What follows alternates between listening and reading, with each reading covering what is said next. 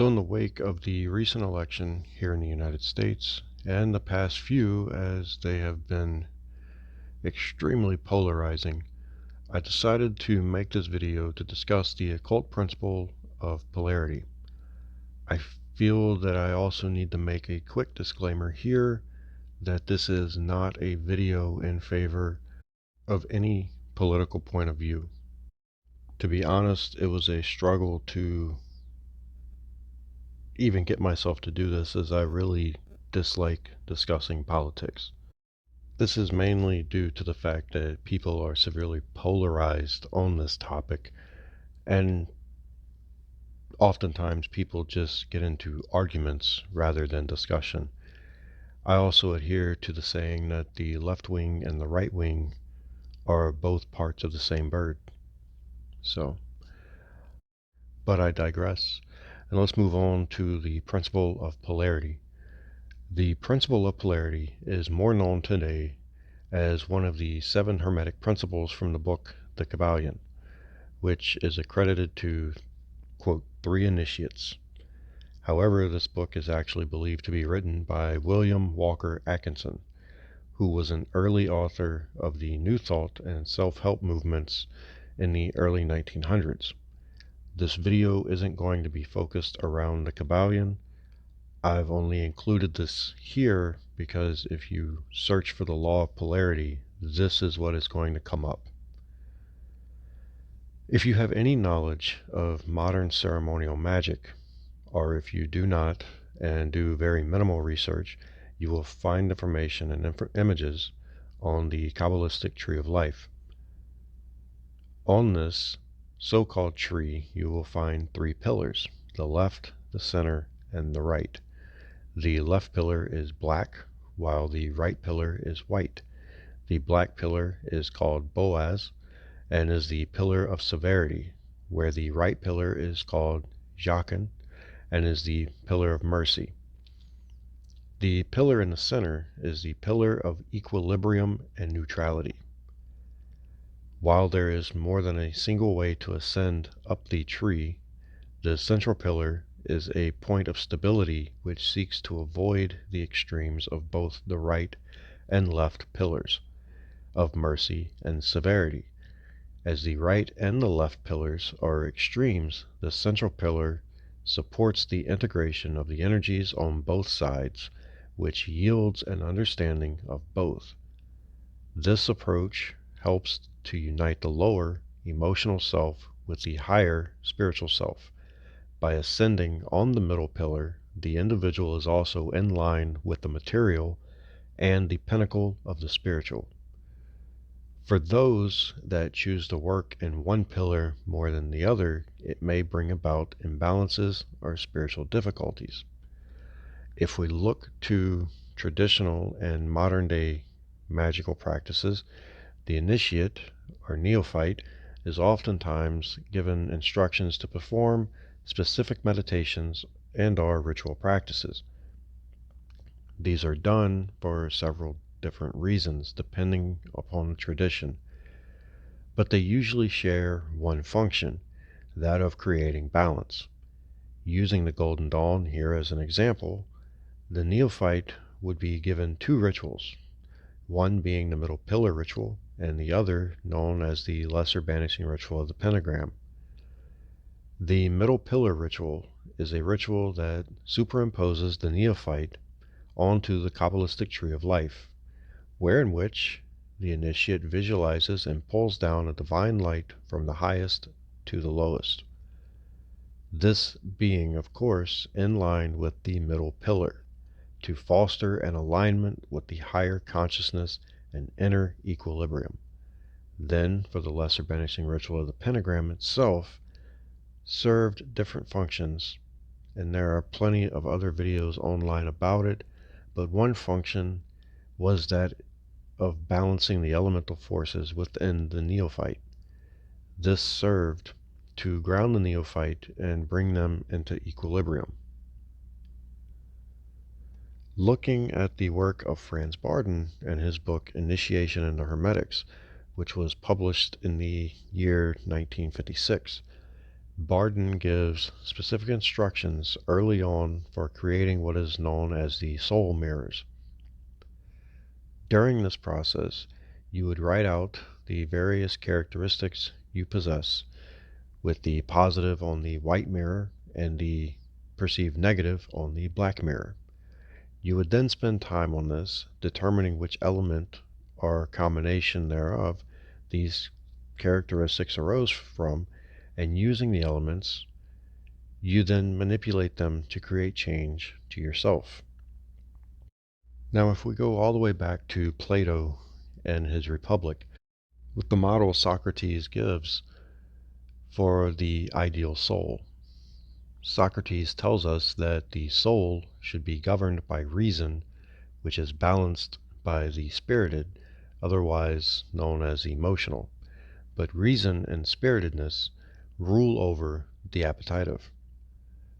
This layout of the soul, as described by Socrates, is clear. If logic and reason rule without emotion, we become cold and calculated and lack empathy. But on the other side of this, if we are ruled by our emotions, then we are controlled by our feelings, which oftentimes lack logical reasoning.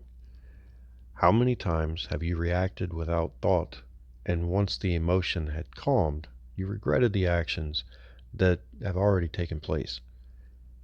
However, when we balance our souls and put them into the proper alignment with logic ruling, but balanced with spirited and ruling over our appetites, we cultivate what the ancient Greeks called sophrosine, or what is otherwise known as temperance.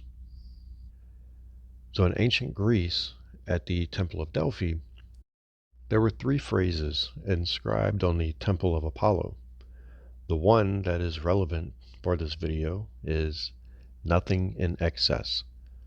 This was and is important for day-to-day life. Most people like sweet foods. Too much of it can have serious health complications. If someone partakes in alcohol every day, it can actually benefit their health, but when done in excess, it becomes detrimental to their health. A good thing taken in excess becomes negative, and vice versa. So to give some examples of a positive becoming a negative, we can look at medicines. The proper dosage can cure an illness, but the wrong dosage can be poison. Sunlight is very beneficial to our overall health, but too much can burn you. It is beneficial and important to get rest and to be able to relax, but if you take it too far, it becomes lethargy. Now, I'm sure some of you are saying, but how can a negative be a positive? So let's give some examples of that.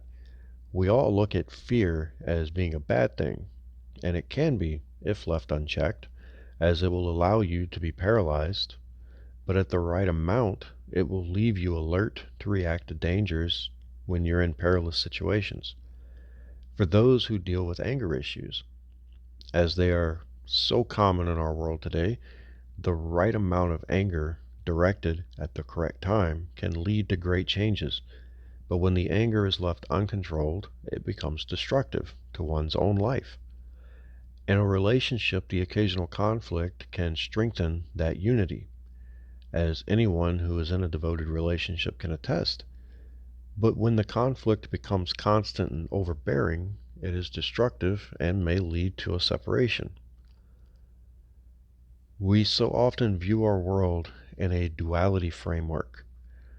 This has a lot to do with the fact that people are being raised in some form of a Christian home, and this dualism mindset is pushed on us with, good and evil. Then when we look around, we see that we have night and day, wet and dry, and hot and cold, etc. It's easy to get trapped in this mindset, but this wasn't the view that the ancient Greeks held. The darkness is simply the absence of light, not its opposite, as evil is the absence of good. Now it is also imperative that we recognize that each of these are also connected to the other. It's like the temperature of water.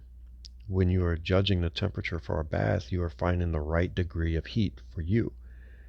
The water itself is not hot nor cold as you manipulate the temperature, but it is on a spectrum in which you find the spot that is right for you. The emphasis that while we may perceive there to be exact opposites in the material world, they are, in reality, simply varying degrees along a wide spectrum of qualities that have all originated from the same cosmic source. It is like a proverbial pendulum that swings back and forth along its continuum.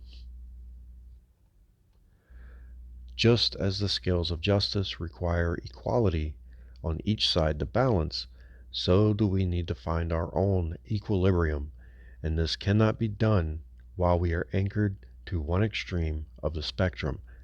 In order to truly understand, we need to embrace both ends of the spectrum, just as a magician must stand with one foot in the physical and one in the spiritual.